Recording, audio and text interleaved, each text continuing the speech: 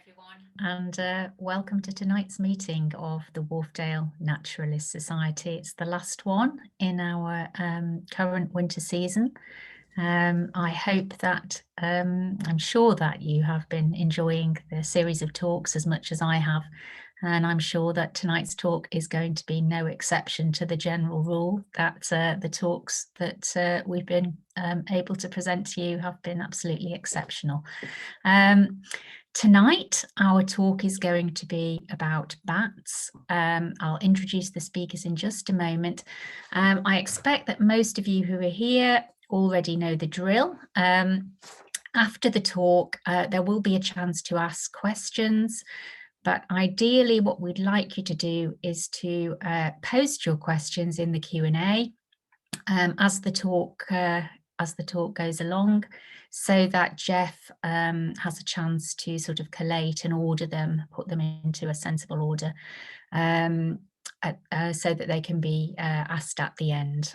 So if you wouldn't mind, as the questions occur to you, popping them in the Q&A there. Okay, so let me introduce our two speakers. So Greg Slack is a consultant ecologist. He specialises in bats, and indeed in his bio says he's rather obsessed with them. He's the chair of South Yorkshire Bat Group, and he's been working with bats for more than 15 years. He's moved down to Devon as a result of his fanaticism, because apparently there are more bat species down there. And a lot of his spare time involves looking for bat roosts and monitoring bat activity near his home and chatting about bats with whoever he can corner, I suppose, including friends and family. And Matt Whittle, some of you I'm sure will already know. He's a member of the Wharfedale Naturalists Committee. He's also a consultant ecologist. He's been working as an ecologist for over 4 years, having studied zoology at Newcastle University. He's been involved as a consultant with lots of surveys concerning bats, assessments concerning bats, ranging from things like residential developments to nationally significant infrastructure projects. And Matt and Greg's work on the analysis of bat survey data has been presented at conferences and also published in the British Islands Bats Journal. So I'm sure you can tell from those two biographies that we could scarcely have two better people to tell us much more than we already know about bats. So without further ado, over to you, Greg and Matt. Thanks very much, Helen. And yeah, good evening to everyone and welcome to our talk on bats. So Greg and I work together as ecological consultants, as Helen said. And as Helen mentioned, I'm a committee member of the Wharfedale Naturalists Society, and Greg is the chair of South Yorkshire Bat Group. So today we're going to give you an introduction to bats in the UK. We're going to talk about their ecology and how they're surveyed. We only have time to scratch the surface on this fascinating subject, but it should be enough to spark some interest and whet your appetite. So in the UK, we have 18 species of bats. This comprises about a quarter of our 66 mammal species in the UK, so it's a significant component of the diversity of mammals that we actually have. Our bats are split into two families in the UK. We've got the Rhinolophidae and the Vespertilionidae. The Rhinolophidae only has one genus, Rhinolophus, and that's the horseshoe bats. And then all the other species that we have fit into the Vespertilionidae. All of our bats are insectivorous, so each bat can eat up to 3,000 flies or prey items in a night, so that's quite impressive, really. And bats range in size from our smallest species, which is the common pipistrelle, as light as 3 grams, so that's about the weight of a 5p piece, all the way up to a noctule at about 30 grams. We have bats throughout the UK, so starting up in the north of mainland Scotland, we have only about 3 species, As we move south and west, this rises to 9 around the sort of Dumfries and Galloway area. And then moving into southwest England, we have all 17 species present. In the southwest, we have some particularly notable species like the grey long-eared bat, Bechstein's bat, and Rhinolophus species, which is the greater and lesser horseshoe, that don't really occur in many other places in the UK. We have one species, which is the greater mouse-eared bat, and that is known to hibernate in southeast England from just one individual, which is regularly recorded each year, although it hasn't been recorded in the past couple of years. Yes, so bats have just to talk a bit about their life cycle, bats have a strategy of long life and a low reproductive rate. The young need to be born quite large so that they can reach independence in the short summer season, and flight puts limits on the mother's weight, so it's usually only one or rarely two young that are born each year. Although that said, I have heard that twins are more common on the continent. The typical lifespan of British species is between about 7 and 30 years, but the oldest bat in the world is a Brandt's bat, which is one of our species, although the individual in question was from Siberia. Now this bat lives to the age of 41, which makes it a record holder, not just for bats, but also as the longest lived mammal for its size. Bats are so long-lived and generally healthy that there's scientists are studying them at the moment to try and gain some insights into their own lifespans and health spans. Their relative lifespan is what's shown on the graph on the right-hand side there. So here we've got body mass on the x-axis and longevity on the y-axis. And this is shown for birds and mammals. So animals which can fly are shown in blue, and those that can't are shown in red. And the important thing to note here is that bat species are shown by the blue triangles. And if you look on the graph, all these blue triangles are around here, with a few down here. But most of them are indicate that the bat species on there have lifespans which are longer than average for their size. The point for the Brandt's bat is that I mentioned is the one shown by the little bat symbol up here.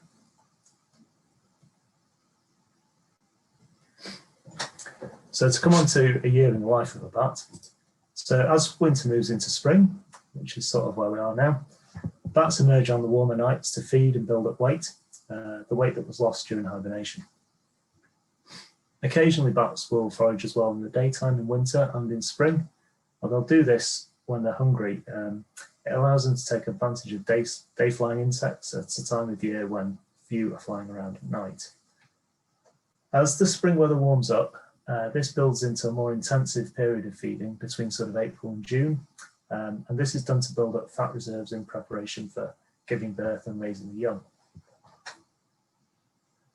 During this period, pregnant females begin to gather at maternity roosts, and the males and non-breeding females tend to roost at other locations at this time of year, or at that time of year. The main period for birthing is in June for most species, but the exact time changes slightly throughout the UK with species and also with the spring weather conditions. They're really important. Through July and August, the young grow and they begin to become more independent. Eventually they'll leave the maternity roost, but they'll often stay in a cohort of their peers, sort of the young of that year. And interestingly, when they're born, baby bat's fur is relatively grey, and it doesn't develop its true adult colour until the following spring when they have their first major molt. So the pictures on the right-hand side there are both of Benton's bats, and it indicates this.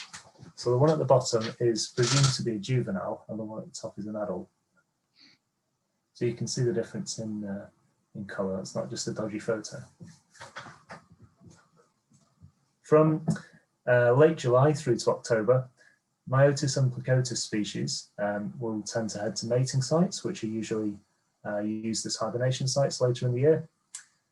The males can stay at these sites for a while, trying to attract a female, whereas the females will breed relatively quickly and then move on.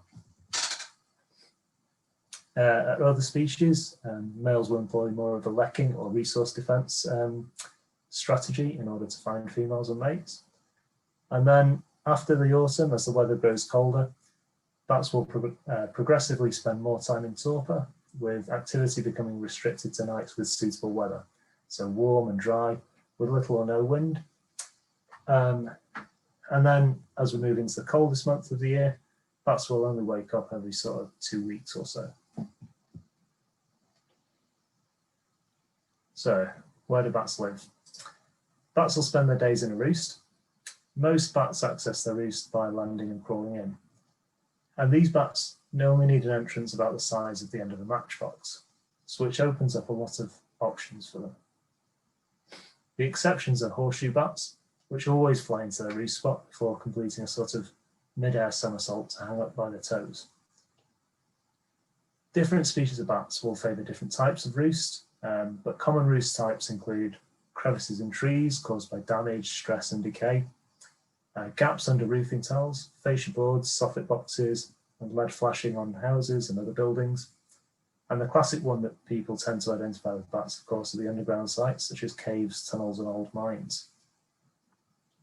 Large, old, substantial buildings, notably churches and old barns, are also well used. And these are all roosts on this slide here, usually fairly notable ones. The one at the bottom, a big hibernation roost, and the cave here. And then this tree, a big maternity roost used by nocturals.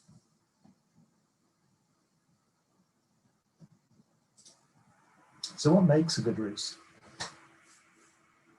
Roosts generally provide some shelter and protection from the elements. They provide protection from predation, and they provide a suitable temperature and humidity for the bats. Throughout the season, the first two requirements pretty much stay the same, but as we've touched on already, their thermal requirements will vary substantially. So this is largely due to the ability of temperate bats to switch their metabolism from homeothermy, which is an internal maintenance of a stable body temperature, to heterothermy, which gives them the ability to maintain their body at a temperature which tracks the ambient temperature. So this is known as torpor, and it's a way of cutting down costs when times are hard, metabolic costs. By lowering their body temperature, which to sort of match the temperature of the roosts, bats can gain significant energy savings. Throughout the year, bats can enter torpor during the day, on nights when weather conditions are a bit unfavourable, or between foraging trips at nights as well. During pregnancy, so in late spring and early summer, it's really vital that female bats divert as much energy as possible to fetal growth. Therefore, they don't tend to enter torpor at this time, as reducing their metabolism would mean that the young would be born later in the season, and that would give them less time for both the mother and pup to reach their sort of optimal hibernation weight before winter.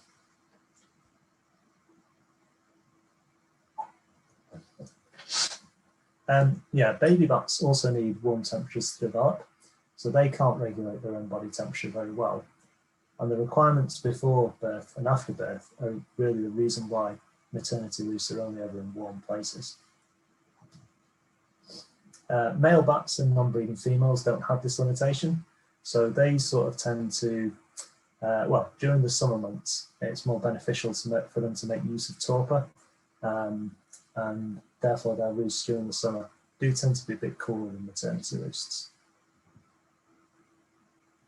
In the winter, or later in the year, those energy reserves can then be used for the males to stick around at mating at swarming sites for longer, and for both of them they'll use them to get themselves through the winter when there's obviously very little food available. So if we come on to hibernation, hibernation is just really an extreme form of torpor. So bats tend to use this during the winter months. Bats' ability to maintain their body at or just above the ambient temperature allows them to use the cold winter temperatures to their advantage, So they can reduce their metabolism to an absolute minimum. So for example, in flight in summer, so the heart rate can be at more than 1,000 beats per minute. But in hibernation, it's more like 12 beats per minute. When bats hibernate, they require cool, stable temperatures. Some species, such as the common pipistrelle, will use roosts with an ambient temperature of as low as -5 degrees and will tolerate temperatures of up to 12 degrees within the roosts. This species is obviously found in relatively exposed locations where temperature fluctuates considerably. But others, such as horseshoe bats, prefer things a bit warmer, a bit more stable, and they'll use winter roosts with a temperature of between about 2 and 13 degrees.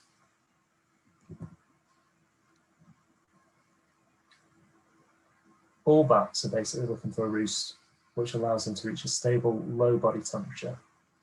And this allows them to maintain that lower temperature at a time when, again, there's little food around.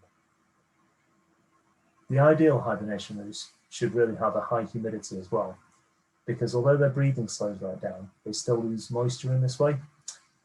So the hibernation site should also be safe from predation and relatively undisturbed, because obviously hibernation has risks associated with it, and bats are very vulnerable in this period. Just disturbance can result in the bat waking up and unnecessarily coming out of hibernation, and that uses up energy reserves which can't be replaced, as there's no prey about. And then bats are obviously vulnerable as well to opportunistic predation, because a bit like me in the mornings, it takes them a long time to become active, and when they're coming around and raising their body temperature, they can't escape from predation or fight back.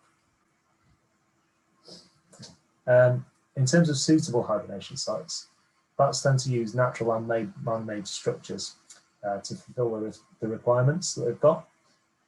Caves generally support cool, stable temperatures and have high humidity, and they're fairly undisturbed, so they usually provide excellent hibernation roosts for many bat species. Crags,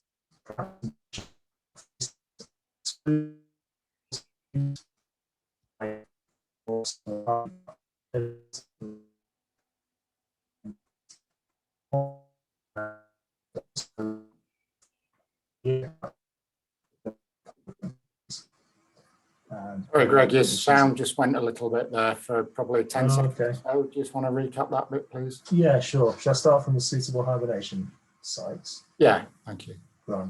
Yeah, so bats usually use sort of natural and man-made structures to fulfill the hibernation requirements. So caves are generally quite good.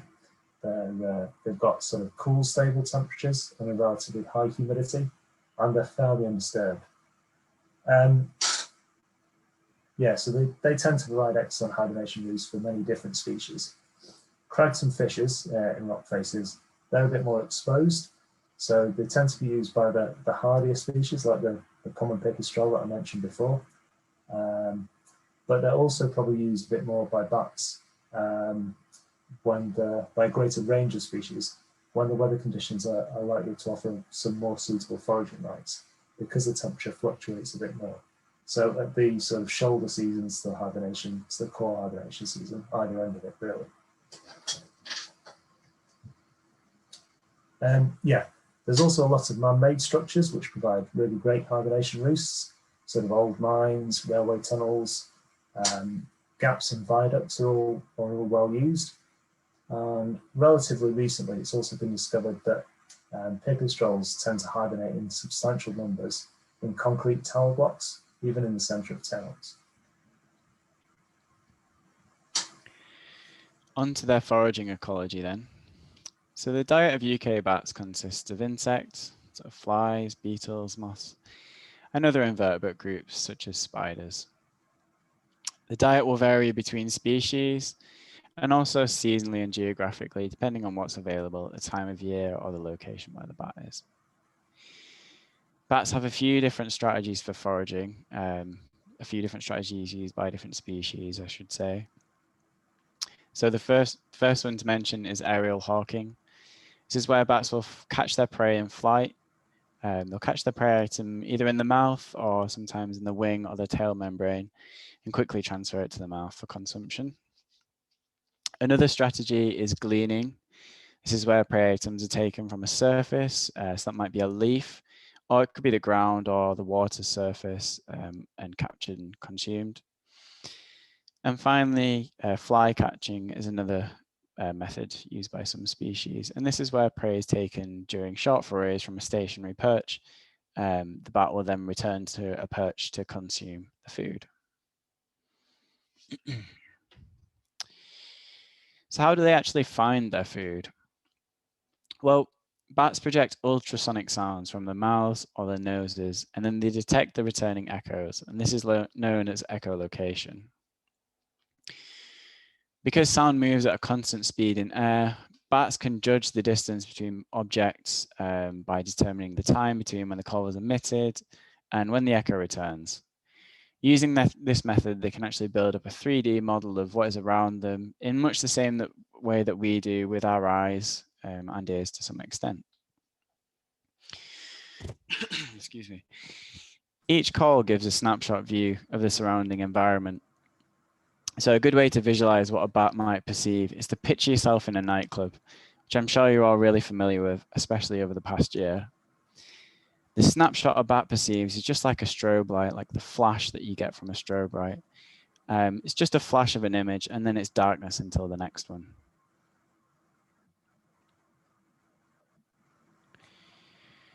So echolocation calls are generally varied between species, but they're relatively consistent within a species. And so as ecologists, we can use this information to identify bats whilst they're in flight. On the graph that you can see on the slide here, we've got two bat calls. You've got frequency on the y-axis, and you can see time on the x-axis. We learn a few different characteristics of a call to determine which species it is. So the first one being the call length, how long between when the call starts and between the call ends. How long is between the calls, so the interpulse interval as it's sometimes called. The frequency characteristics of the call, so what frequency does the call start at, what frequency does the call end at, and where is the loudest or highest energy part of the call, and what frequency does that occur at. And then finally, the general sort of shape of a call is also very predictive of what bat species it is. So we've got two calls on the screen here, and you can see that they look completely different, and that can be used to differentiate species. So the shape and characteristics of a call determine how far it can travel and the precision of the information that's returned by it. And in fact, bats need to make a trade-off between the two of these outcomes. So low frequency calls with a dominant constant frequency and a high intensity will travel much further, return a low detail snapshot of a larger area. The example of this would be the call on the top here with the purple or pink boundary, and that's a nocturnal. So these kind of calls are good for open habitats, and they're generally used by species such as nocturnes and Lysa's bats.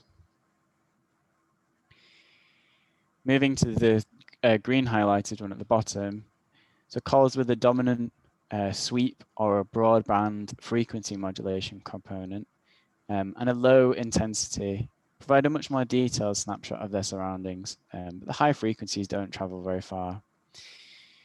These calls generally tend to have short durations, so the repetition rate can be much faster without overlap between the call and returning echo, which would cause some confusion for the bat. These kind of calls are great for cluttered habitats within woodlands, and they're often seen in woodland species such as the brown long-eared bat and natterers, which is what the example is on the screen. There is lots of variation though between and within species, and also in different habitats and different behaviors that the bat's doing. So to illustrate this, we've got a bit of an example on the slide. Here we've got a pipistrelle call. So they have a call with both a constant, low constant frequency component and a fast sweeping frequency modulation component. And it looks a bit like a hockey stick. So they've kind of got somewhere in between the natterer's bat and the nocturnal in terms of the compromise that bats have to make. In the top pane, you can see the bat is just commuting around, performing a wide search for prey. It's not focusing on anything in particular. It's just sort of, you know, having a look around. Then moving on to the bottom pane. Here's where the bat's actually identified a prey item. So the hockey stick shaped call begins to lose its constant frequency component and becomes almost entirely a frequency modulation call. The repetition rate becomes much faster and the call duration becomes much faster too. This enables the bat to return a much more detailed snapshot of the prey as it gets closer. The bat is attempting to catch the prey item in its mouth, and it needs a really detailed understanding of where the prey is, what speed it's traveling, in which direction, etc. And these rapid FM or frequency modulation calls enable it to acquire that information. Now we come on to the bit that I'm sort of dreading in a way. Let's hope the technology works. So on this slide here, you can see a pipistrelle call again. And as Matt said, they've got both that sort of hockey stick shape with the low frequency component and the swooping FM there. So yeah, I'll just play, so this, I'll play the call, but it's just note that it's slowed down by 10 times to allow us to hear the pitch. So I'll play a time expansion, it's called time expansion call to begin with, and hopefully it works.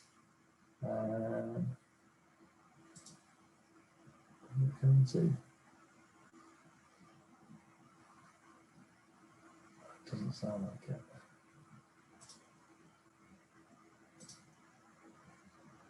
Let me just try another one. I knew this was going to happen. We practiced it about 3 times. It worked. Didn't work the first time. It worked the second time, and then on the third time, and now it's not working again. Let me just go back in.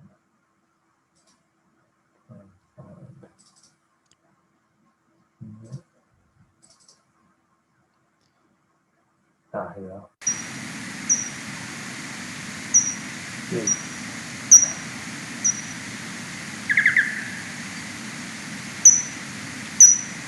So, in this call sequence, it's the sequence screen. If I just play it again, so you can hear these echolocation calls to begin with, and then you should hear, just there, we've got that lower frequency call that's almost like a trill, and that's more of a social call. So it's lower frequency. It's designed to be transmitted a long way to advertise that the bat's there. It's not to do with sort of standard echolocation, which is used to for the bat to find its way around. I have got, if this doesn't work, I'm going to be devastated, but I've got a heterodyne call now, which is the same species. Brilliant.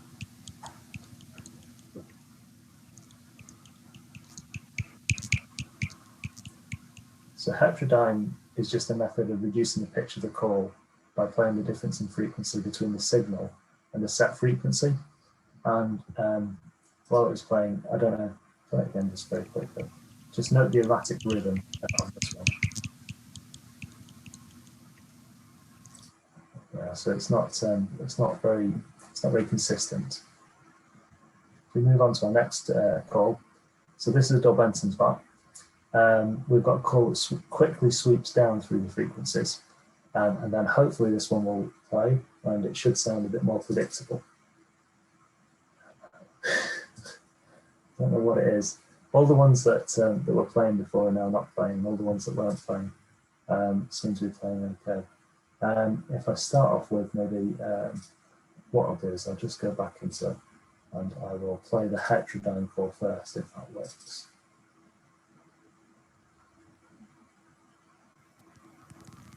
Yeah.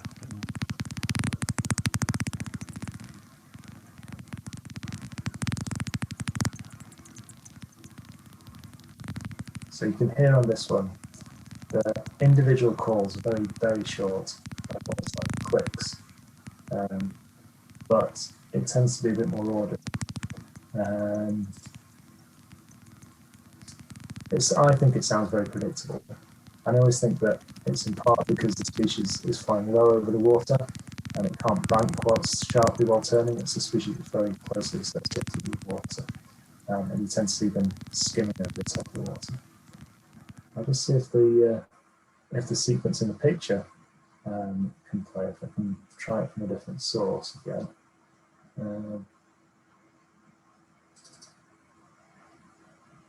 No, it doesn't seem to like it. It's still going. Never mind. At least we have the Hedgerow. And if I move on to the next one, this is probably less fun in Hedgerow anyway. So, although we don't really get these north of about Staffordshire, the greater horseshoe bat calls are so unusual and really worth mentioning. So they start by sweeping up through the frequencies rather than down. You sweep up to about 80 to 85 kilohertz, and then they maintain a relatively long constant frequency component before dropping down again through the frequencies.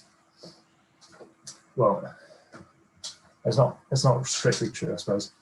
That's what the first harmonic does. So a harmonic is obviously the resonation between at sort of twice or other multiples of the original frequency. So in the sonogram here, you can see the original frequency at the bottom with the harmonic above. And horseshoes usually suppress the fundamental call, so that you often only hear the harmonic. I don't know how that's feasible, how we do it, but that's what we do. So you often only hear the harmonic when you're listening on a bat detector. So I wasn't actually even going to play the call, which was the time expansion call for this one, because it sounds pretty awful. It's just very high pitched, because I've got a very high pitched call, one of the highest pitched calls that we've got, less a horseshoe being even higher. But it sounds really good as a Hedgerow call. It's probably one of the nicest sounds in nature, so I hope this works.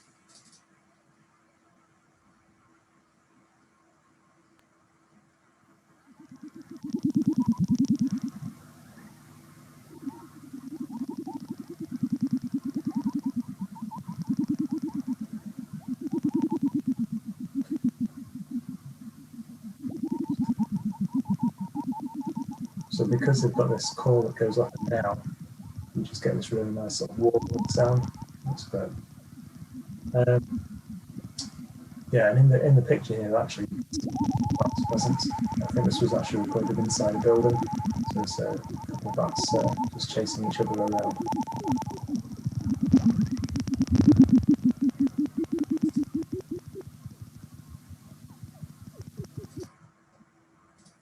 Good stuff. And then the last call I've got for you is the noctule. So noctules have a really low frequency call, which is just often sweeps down through a very short set of frequencies. So each call also lasts for a relatively long time. Not quite as long as the horseshoe bat calls usually, but fairly long nevertheless. And there's a large gap between the calls normally. Like the pipistrelle, the rhythm is fairly erratic, and you'll notice that this call is fairly loud in comparison to the others that we've listened to. So yeah, it's not. I don't think it'll definitely, but it's pretty loud nonetheless. We'll just try and play it. Oops. So I've tried the time expansion call first. No, it's not working. Let me try the Hedgerow call. Where have I got those heterodynes?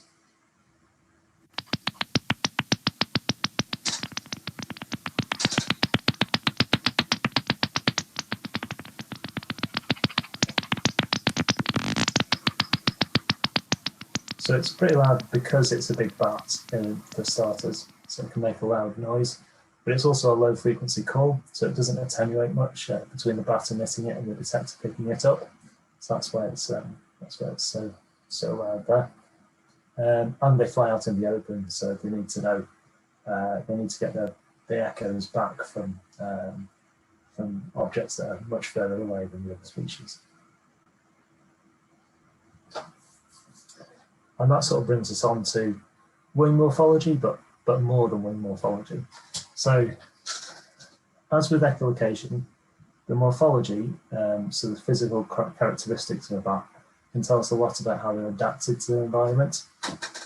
The ratio between a bat's wings and its weight is termed wing loading, and it has a big influence over the characteristics of its flight, and that determines much of its ecology.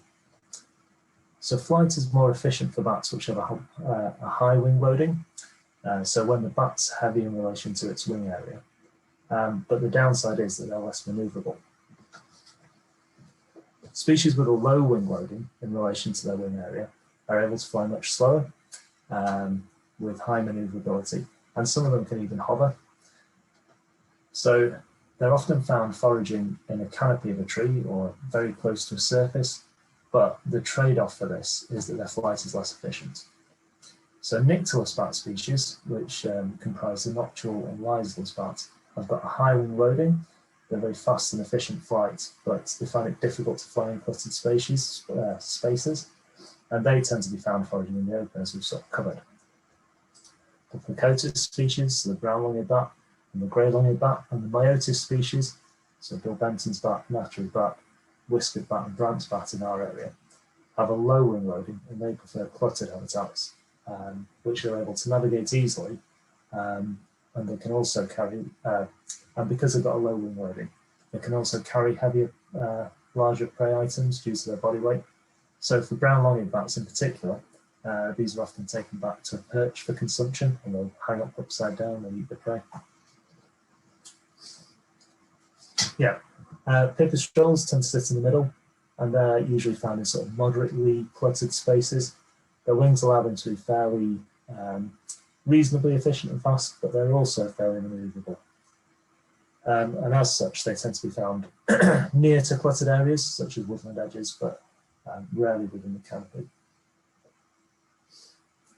The wing loading and flight speed is linked to emergence time, so the time at which bats leave their roost. And bats which can fly fast are less vulnerable to predation, and they also tend to feed on flying insects. They therefore need to emerge really early to take advantage of the increased number of insects flying around sunset, whereas species which fly slowly usually emerge much later when it's darker, and their slow flight would mean that they were more at risk of predation, but their maneuverability means that these species are able to pick insects off surfaces and are therefore less reliant on the sunset peak of flying insects as well. Species which navigate cluttered environments tend to have higher frequency calls, and this is reflected in their ear structure. So the tragus shape, which is this little bit of cartilage just inside the ear, these are bats' ears. Yeah, it also reflects this difference. So the tragus involved with the vertical localization of sound, and it tends to be that in species which fly in clutter, they have a longer tragus, whereas species that fly out in the open are shorter and more rounded. So I think it's really interesting that knowledge of any of these characteristics allows the prediction of the others, and it's true for most European bat species.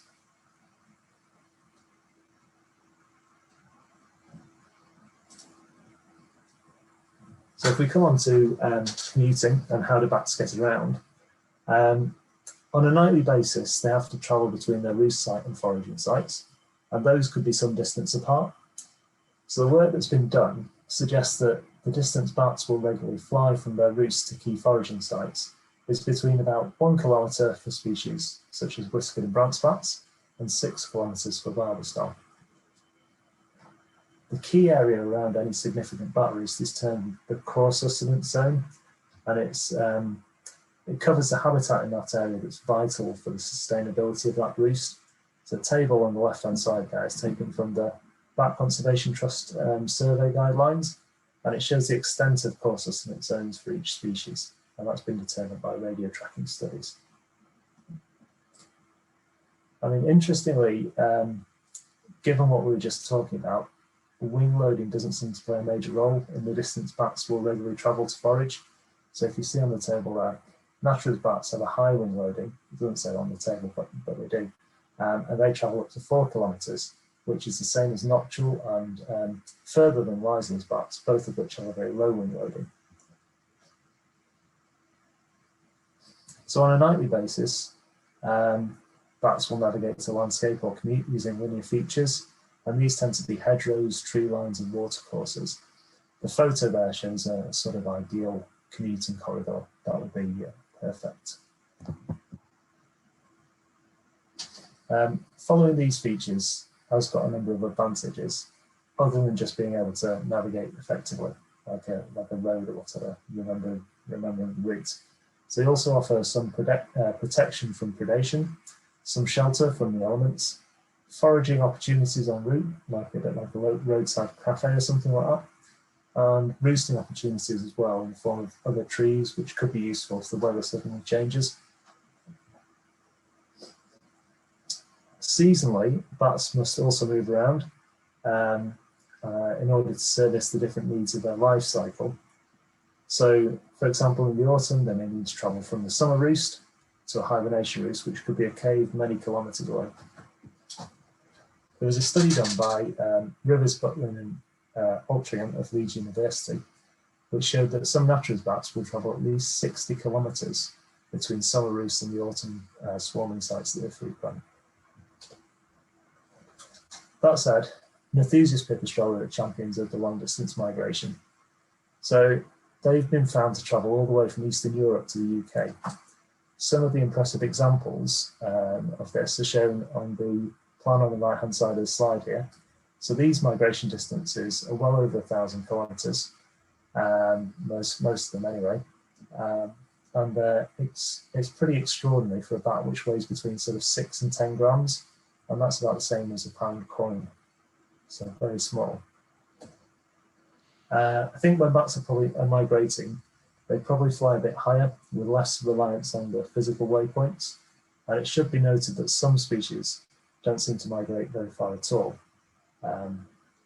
So that naturalist bat that flew 60 kilometres between summer roost and an autumn swarming site, that would be about as far as naturalist bats would tend to go.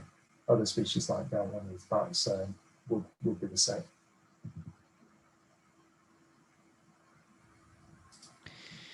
So on to Wharfedale then. Wharfedale supports an important network of lowland water and woodland which are of high suitability for bats. So we know this from a paper that was published back in 2012, and the authors modelled habitat suitability of the Yorkshire Dales for different bat species. I've highlighted Wharfedale on the image here with the purple circle, and you can see that the habitat suitability is highest within the Dale along the River Wharfe and its tributaries, which provide a good connectivity of the landscape. And in fact, the image that Greg showed on a previous slide to give an example of a good commuting corridor was the River Wharfe up in Upper Wharfedale near Grassington. The Yorkshire Dales also supports an important and large network of caves and old lead mines, which provide important hibernation resources for some species. In particular, a lot of work has been done on the study of Benton's bats, which are known to hibernate in old lead mines in Buckton at the top of Wharfedale. As a result, we can infer that connectivity between the lowland riparian woodland of Lower Wharfedale and the caves and mines of Upper Wharfedale is very important for some species.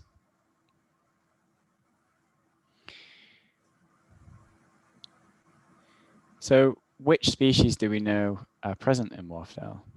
Well, from the literature and the records on the National Biodiversity Network, we know that since 2000, the following species have been recorded.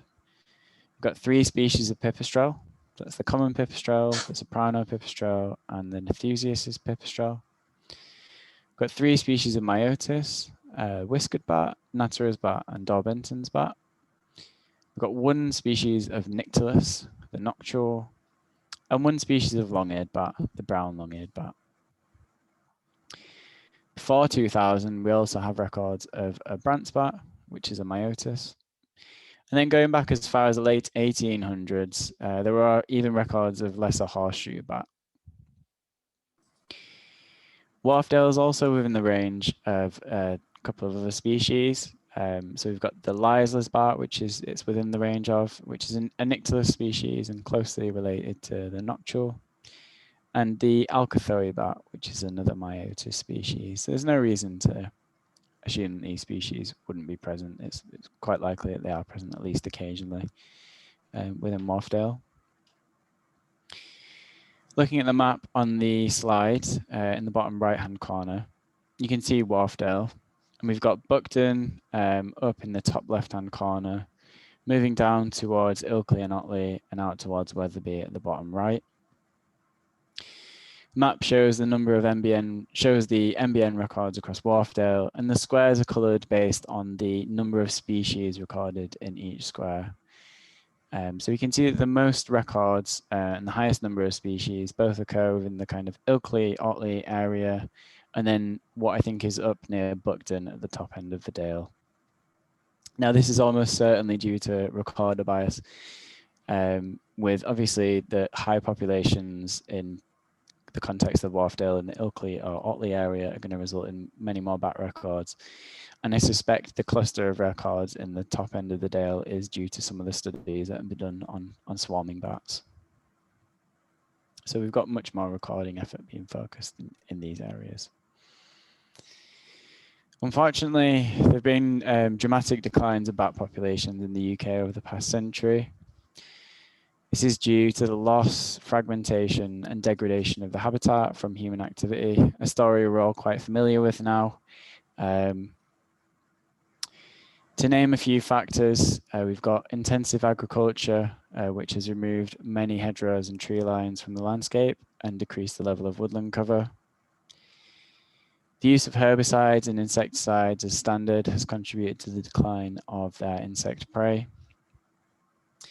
Building of roads and railways has fragmented the habitat that's left, and there's been a significant loss of roosting habitat, which you would generally find naturally in old growth woodland and also in things like old barns. So in the later half of the 20th century, some different bits of legislation have been enacted, and all bat species are now legally protected in the UK. The protection covers the roosts of all species, and the habitat used by the rarest species is also covered. And in fact, the habitat, the viability of any roost will depend on the suitability of the sort of connected and surrounding habitat. So by proxy, the majority of development must therefore consider key foraging habitats and commuting routes for bats. The best data that we have on population trends in the UK comes from the National Bat Monitoring Programme. Since the 1999 baseline, population indices for most species that are in the study are actually increasing now. So that's really good news, but we've certainly got a long way to go, I think. So this is in part where we come in as consultants. Unchecked developments pose a big risk to bat populations and their conservation status. And it's our job as ecological consultants to assess a development for its likely impacts and potential opportunities for bats, and obviously various other biodiversity receptors as well. Our overall aim when doing this is to minimize the impact of a development, so through avoiding the adverse effects entirely as a first principle. If we can't manage that, then we'll work to mitigate for them to reduce their severity. And then finally, we will look to compensate the impacts through things like habitat creation. So in the long term, the effect on the population of bats is not significant.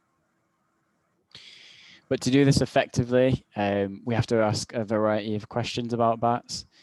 So this might be things like, which species of bats are using an area?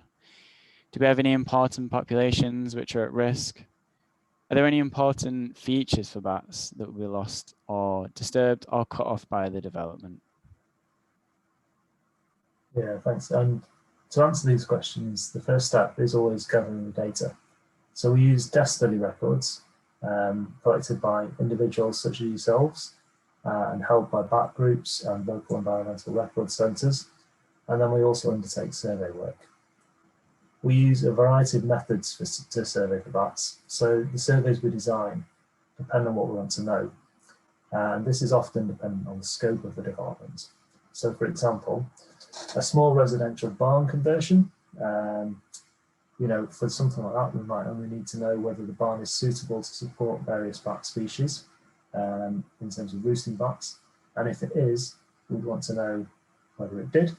And if it did, we'd want to know which species used it and for what purpose. So, for example, did they hibernate or use it to give birth to their young?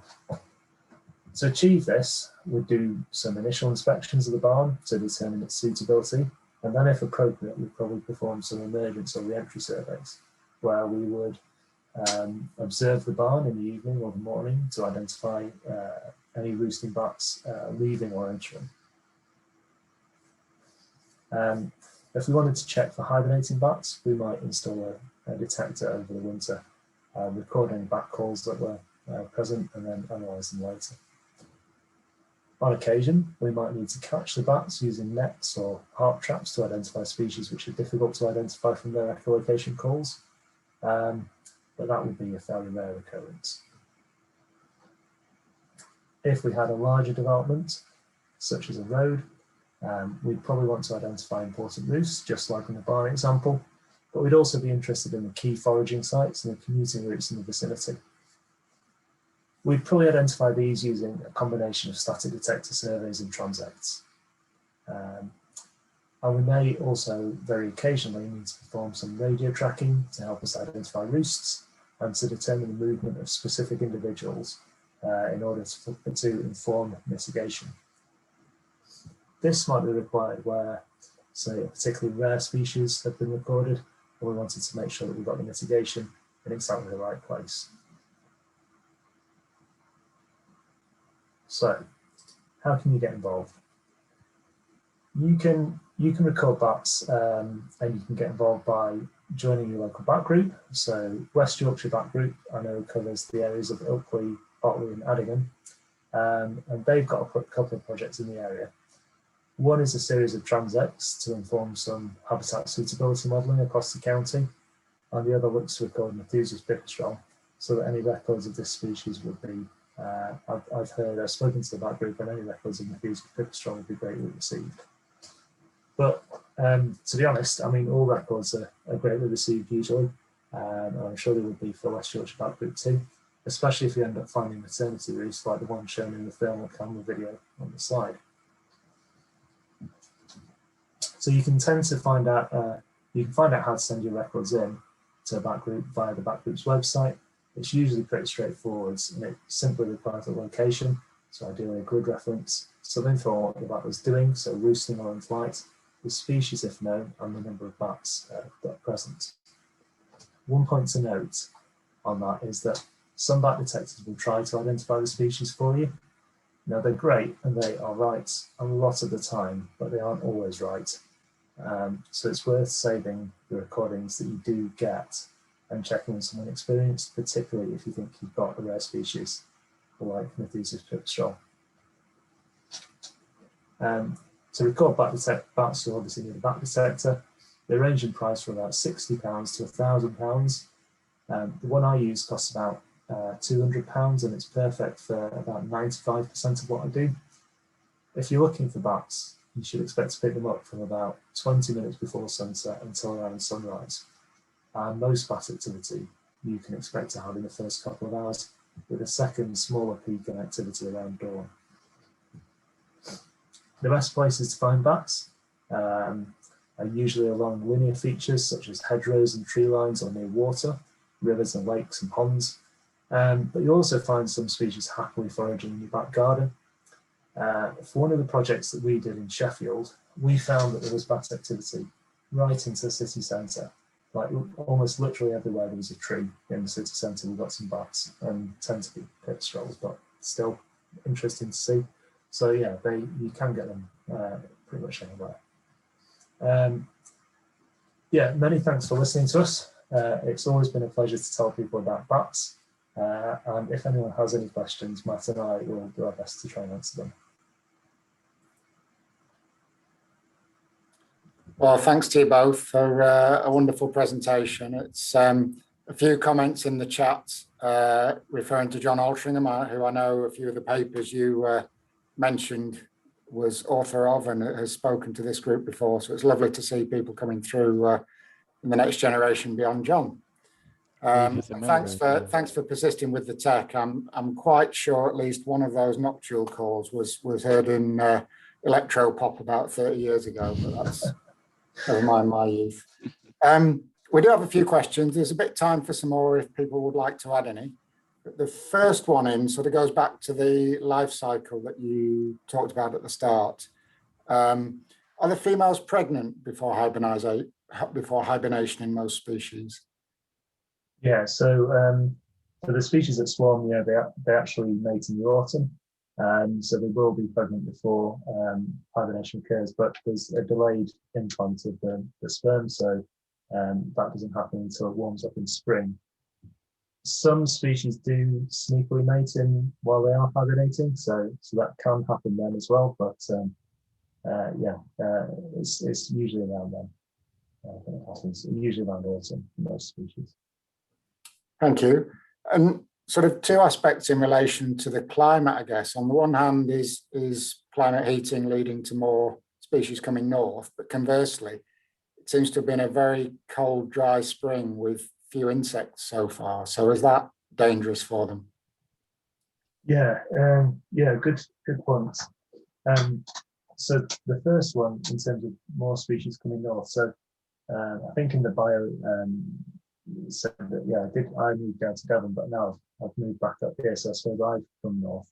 But in South Yorkshire, where I am, we're always on the lookout for new species for the county.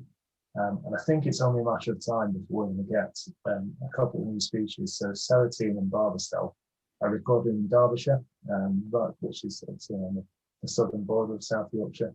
So we're on the lookout for those two species.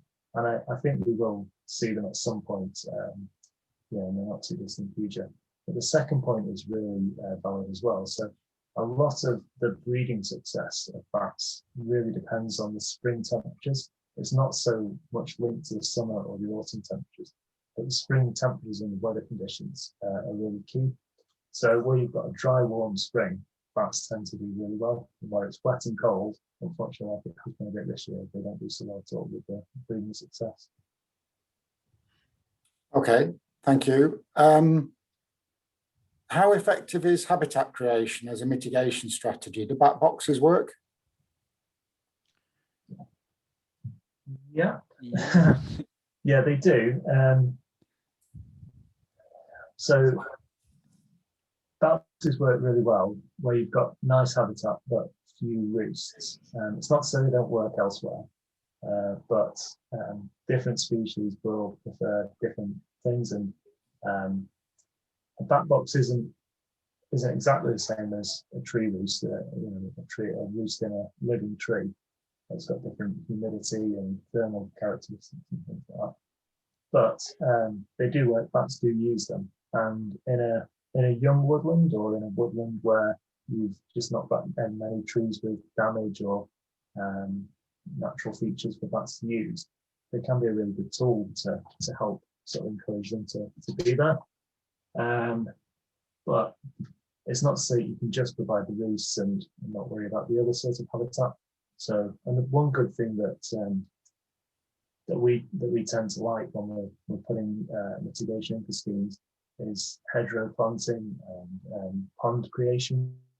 I mean, it comes back to sort of what everyone says, doesn't it? If you can put a pond in anywhere, that's great, because the amount of insects that come off that are attracted to a pond and that use it is absolutely key. So, and that's great bat food in terms of from our point of view. So yeah, that tends to be it. It's got to be that holistic thing. You can't. Sure, bat boxes are great, and they do work, but if you can do other things as well, it's even better. Okay, thank you. I'm now happy with my bat box next to my pond. A few on sort of detection. You mentioned about different detectors ranging from £60. There was one question straight away saying, "What's the make of the £60 one, and where can I get it?" So I think that's the magenta 4 is sort of the cheapest kind of acceptable quality one, and that's a heterodyne detector. So it's got a kind of a wheel where you can turn the frequencies and listen to the calls that way. But so the one you mentioned, Greg, that you use, which one was that? That was the £200 one. That's the Ecommeter Touch, but Ecommeter Touch is the one that I use. So that's the one that will give you a predicted species as well. But that's a couple of £100. Because £60 ones work really well. the microphone on that Magenta is really sensitive, and the noise is quite nice. A lot of people start with one of those, and a lot of people who started on one don't ever give it up. They love the sound of it. Yeah. Thank you. Then somebody else uses an audio moth to record bird calls. Can they be used for bat detection? Definitely. They can. I should have checked this, but yeah, I'm not 100%. So yeah, definitely audio moths work for bats. I'm not 100% sure whether it's the same microphone, so that you might want to just double check that if you are buying them. But yeah, audio moths are actually really cheap as well. I think they cost around £50 or so, but then you do have to waterproof them yourself, put them in a case and things. But some really good deals on audio moths. Doesn't allow you to listen to them in real time, that one though, does it? That's one that you have to put out and then listen to the recordings at a later date to see what species you've had. And then just the last. I was just going to say that's what we would term our static detectors when we were talking about those. Right. The last couple, because I know time is marching on. Is it possible to identify any species of bats we might find here in Wharfedale without a detector, just from size, flight pattern, habitat? Yeah, definitely. So one of the, I'll say this one, and then if you've got anything else, but one of the easiest ones to identify is Benton's bat. So I did sort of, I think I touched on it in the presentation, but they fly really low down over the water, and they fly sort of quite flat to the water and turn quite slowly and stay quite flat. So if you see any bats skimming low over the water, you've probably got a Benton's bat there. Other species are a bit trickier to identify, but if you see any bats flying really high up and sort of quite straight, that's going to be either a nocturnal or a Weisler's bat. Yeah, it's not very easy to tell between the two, but they'll go really high when they're flying. If your ears are good enough, you can hear the social call sometimes of pipistrelles as well, can't you? Yeah, and other species as well, yeah. But yeah, the other thing with the nocturnal Weisler's, they're quite a big bat, so if it looks big and it's flying high in the open, it could well be those. But I would caution that by saying,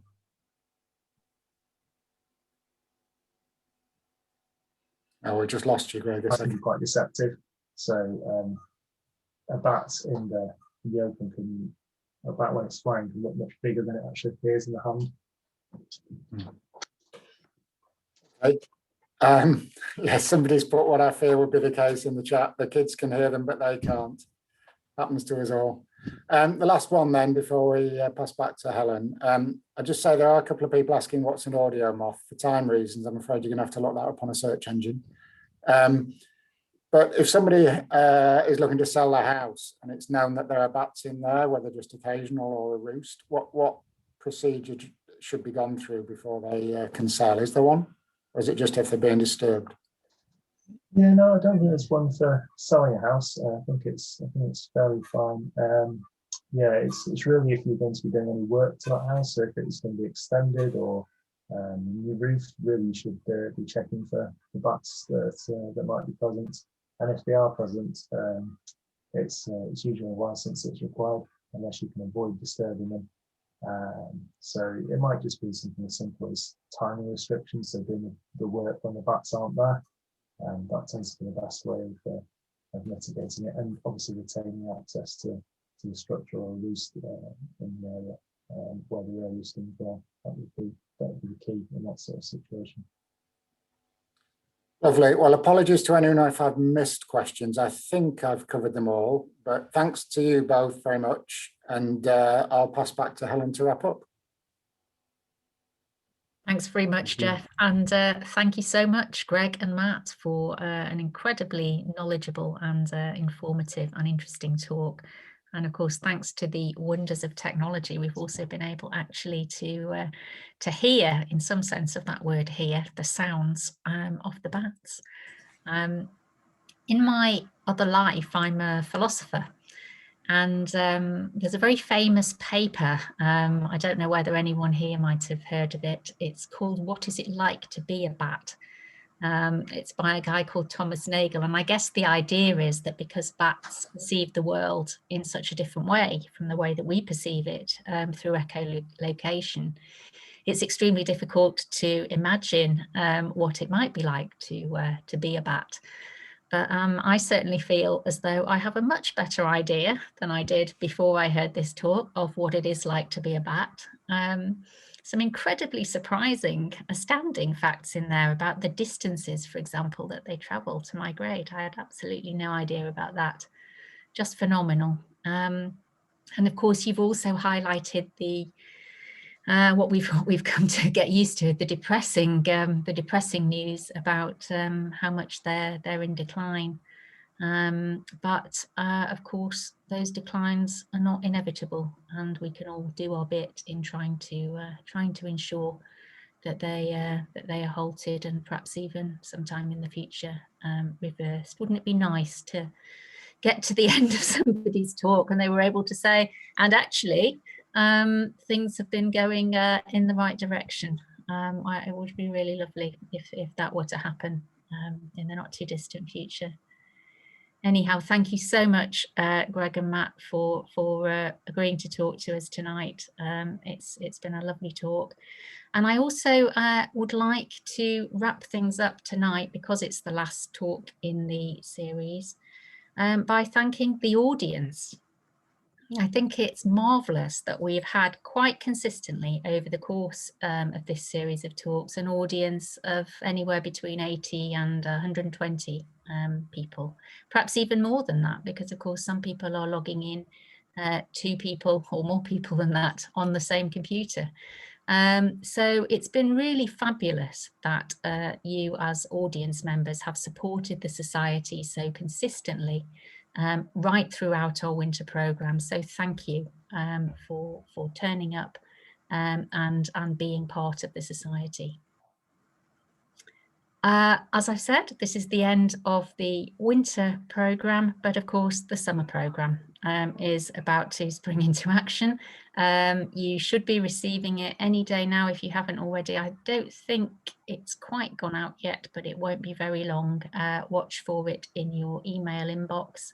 It will also be going up, if it isn't up already, on the website.